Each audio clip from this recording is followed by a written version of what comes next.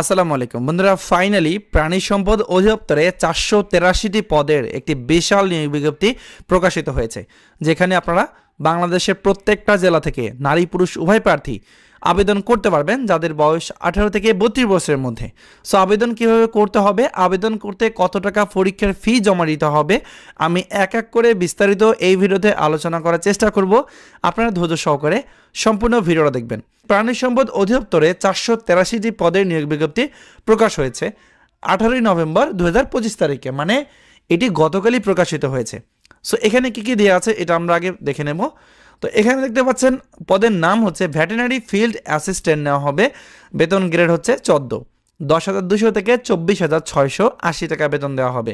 Total পদ সংখ্যা হচ্ছে 483টি। এখানে আবেদন করতে গেলে কিন্তু আপনাকে এইচএসসি পরীক্ষায় উত্তীর্ণ হতে হবে সায়েন্স থেকে, বা সমমানের পরীক্ষায় উত্তীর্ণ সহ সরকারি ভেটেরিনারি ট্রেনিং ইনস্টিটিউট বা লাইভস্টক ট্রেনিং ইনস্টিটিউট হতে সংশ্লিষ্ট বিষয়ে 1 বছরের প্রশিক্ষণপ্রাপ্ত হতে হবে। এটা ছিল শিক্ষাগত যোগ্যতা।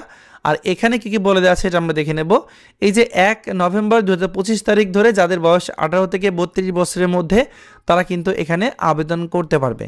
আবেদন করার জন্য dls.teletalk.com.bd এই ওয়েবসাইটটির মাধ্যমে আবেদন করতে হবে। 27 নভেম্বর থেকে আবেদন শুরু হবে সকাল 9টায়, যা কিনা চলবে 18ই ডিসেম্বর 2025 তারিখ বিকাল 5টা পর্যন্ত। আর আবেদন যখন আপনি করবেন, আপনার কিন্তু ছবি আর স্বাক্ষরের প্রয়োজন পড়বে। ছবির সাইজ হচ্ছে 300x300 পিক্সেল, আর স্বাক্ষরের সাইজ হচ্ছে 300x80 পিক্সেল। এই সাইজের ছবি আর স্বাক্ষর আপনার হাতে থাকা মোবাইল ফোন দিয়ে কীভাবে তৈরি করবেন সেটা নিয়ে কিন্তু আমার চ্যানেলে ভিডিও আছে, ভিডিও ডেসক্রিপশন চেক করে দেখবেন, লিঙ্কটা দেওয়া থাকবে। আর এখানে কিন্তু দেওয়া আছে 16ই নভেম্বর থেকে আবেদন ফি জমা শুরু হবে, 30শে নভেম্বর পর্যন্ত আবেদন ফি জমা দেয়া যাবে। ঠিক আছে। আর আবেদন ফি বাবদ এখানে উল্লেখ করা আছে টেলিটক সার্ভিস চার্জ সহ 112 টাকা। আবেদন সাবমিট করার ঠিক 72 ঘন্টার মধ্যে শুধুমাত্র টেলিটক সিম ব্যবহার করে এইখানে দেওয়া SMS প্রেরণের নিয়মাবলী অনুসরণ করে জমা করা যাবে। আর জমা করার কোনো ভিডিও প্রয়োজন হলে অবশ্যই আমাকে কমেন্ট করে জানাবেন, আমি পরবর্তীতে এই বিষয়টা নিয়ে আলাদা করে একটা ভিডিও তৈরি করব। আর এখানে একটা জিনিস বলা আছে, কারিগরি ত্রুটির এড়ানোর জন্য আবেদনের শেষ তারিখ ও সময়ের অপেক্ষা না করে আবেদনপত্র দাখিল করতে পরামর্শ দেওয়া যাচ্ছে।